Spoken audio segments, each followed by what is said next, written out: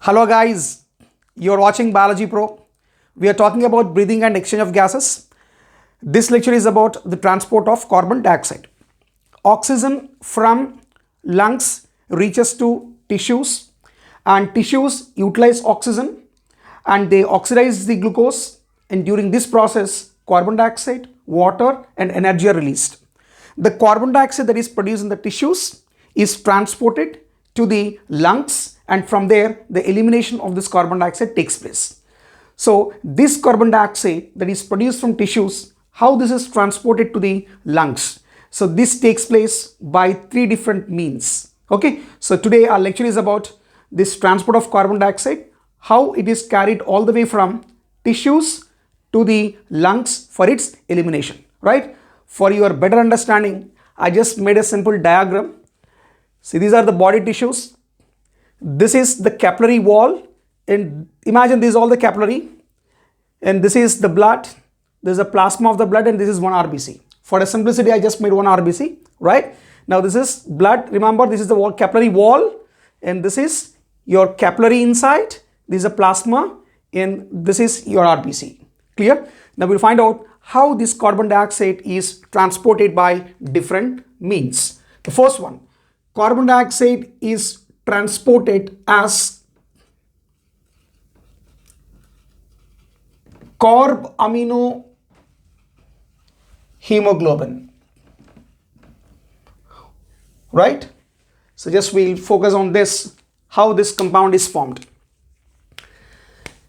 Carbon dioxide combined with the free amine groups of hemoglobin.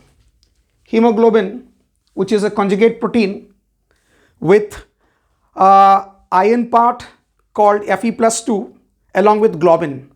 So hemoglobin also binds with oxygen. We have discussed in the last class on the oxygen transport. There the hemoglobin binding site is different. There in oxygen transport, oxygen binds with the ferrous ion Fe+2 site, whereas here the carbon dioxide is binding to the free amine groups of hemoglobin. That is the polypeptide chain it binds. So carbon dioxide joins with the free amine groups of hemoglobin and form carb amino hemoglobin. So this is what is your carb amino hemoglobin. In this carb amino hemoglobin form, the carbon dioxide is transported. In this form, 20 to 25% of carbon dioxide is transported.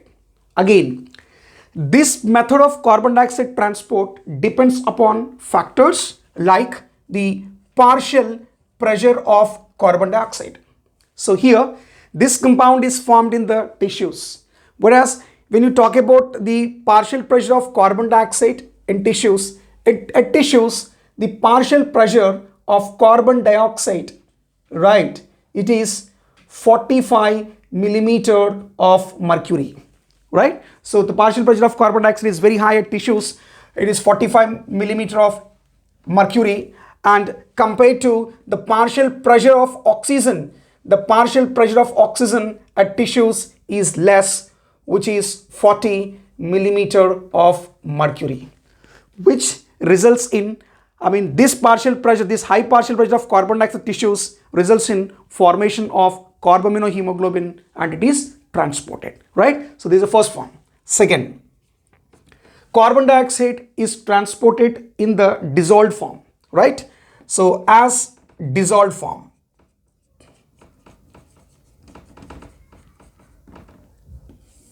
right? Just we'll come back to this diagram. I said these are body tissues. From body tissues, after the process of oxidation of glucose breakdown, which we are calling it as catabolism, as a result of catabolism in tissues, carbon dioxide is produced. So this carbon dioxide is entering into the plasma. Fine. Now in the plasma, the main composition of the plasma is water. So your carbon dioxide joins with water present in the plasma. What all this carbon dioxide is there? This carbon dioxide, some amount of the carbon dioxide joins with water present in the plasma. This is all the plasma of the blood and forms carbonic acid, right? So this is one method of formation of carbonic acid. As dissolved form, carbon dioxide joins with water in the plasma and form carbonic acid, right? So this is how in the dissolved form carbon dioxide is transported, just 7%, right? Next, already we have discussed that some amount of the carbon dioxide entering to RBC, it joins with hemoglobin, that is 20 to 25%. Now remaining, most of the carbon dioxide is transported in the form of bicarbonates. So as bicarbonates, carbon dioxide is transported. So as bicarbonates, carbon dioxide is transported, how much percent? 70%, right? So this is a little tricky part. We find out how exactly this happens. Fine. The carbon dioxide from the tissues as a result of catabolism enters into the plasma of the blood, that is 7% is transported in this way. Some amount of the carbon dioxide enter the RBC. Inside the RBC, it forms carbaminohemoglobin, that is 20 to 25% is transported. Fine. Next, some amount, that means your mostly some amount of carbon dioxide combines with water present in the RBC and forms carbonic acid. Fine. Now, in the plasma also you can see there is formation of carbonic acid. Even in the RBC also there is a formation of carbonic acid, right? So one point that you have to remember here is that the formation of carbonic acid in RBC is catalyzed by an enzyme called carbonic anhydrase. Carbonic anhydrase enzyme is present in the RBC, also in the plasma, but the amount of carbonic acid in the plasma is in very trace amounts, so we don't consider that. So most of the carbonic anhydrase enzyme is present in the RBC, so which catalyzes the formation of carbonic acid, and even the breakdown of the carbonic acid is also catalyzed by carbonic anhydrase. Fine. Now, the role of this carbonic anhydrase is that it fastens this reaction rate. That means when you see the formation of carbonic acid in the plasma and RBC, in the RBC, the carbonic acid formation is 5,000 times faster when compared to the same that is happening in the plasma. Almost all billion times the rate of reaction will be increased by this carbonic anhydrase. Fine.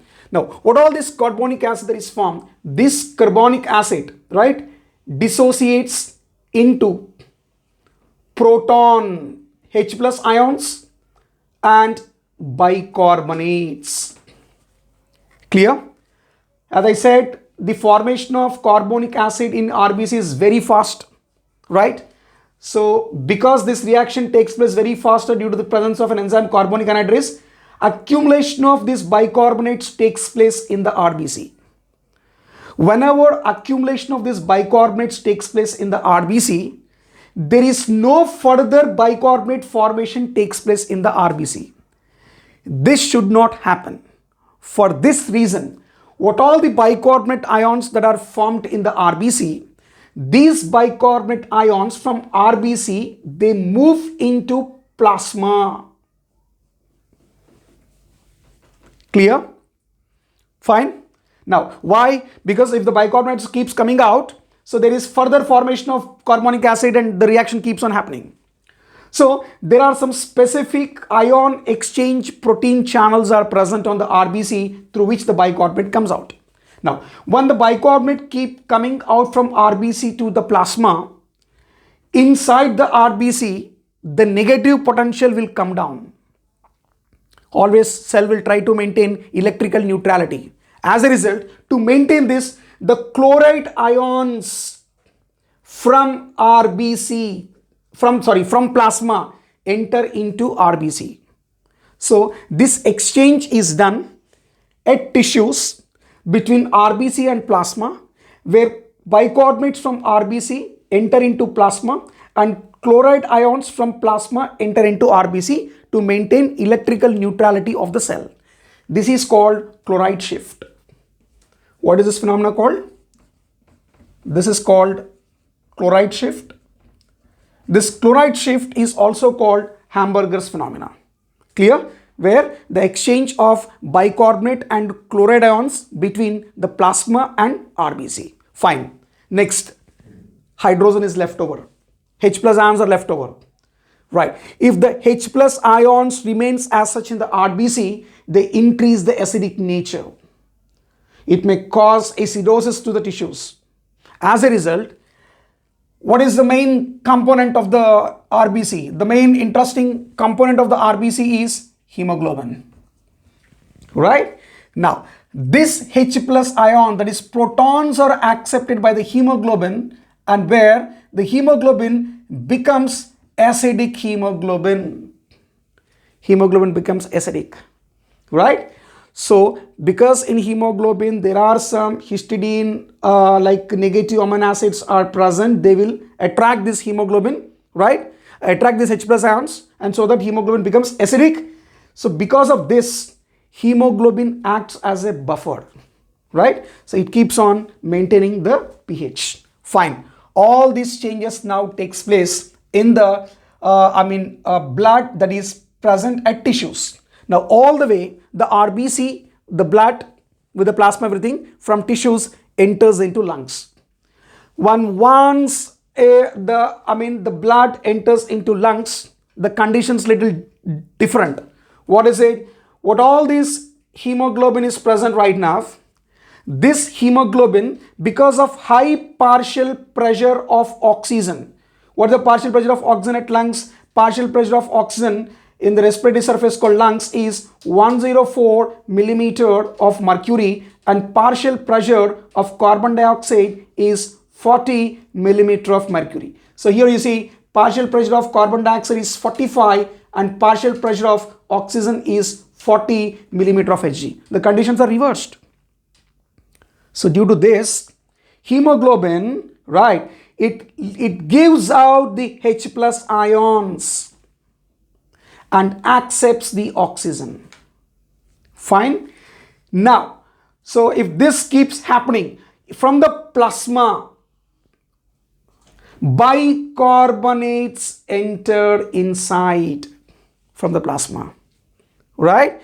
Now, these bicarbonates join with H plus and form carbonic acid.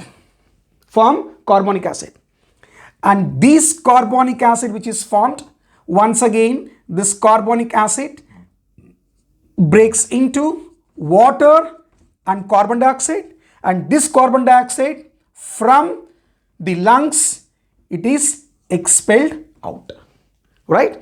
Now, so initially what happens, what all the bicarbonates that are present in the RBC, these bicarbonates joins with H plus ions which are released from the hemoglobin and becomes carbonic acid. To continue this process, the bicarbonates that are present in the plasma will start entering inside now, right? And at the same time, when the bicarbonates keep entering into the RBC, the chloride ions from RBC enter into the plasma, which is reverse chloride shift.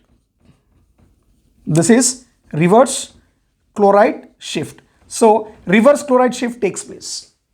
Clear? Understood? Fine. Now, interesting thing here is hemoglobin must release H plus ions. This is necessary because when the partial pressure of oxygen becomes very high in respiratory surface in lungs, definitely hemoglobin will show affinity.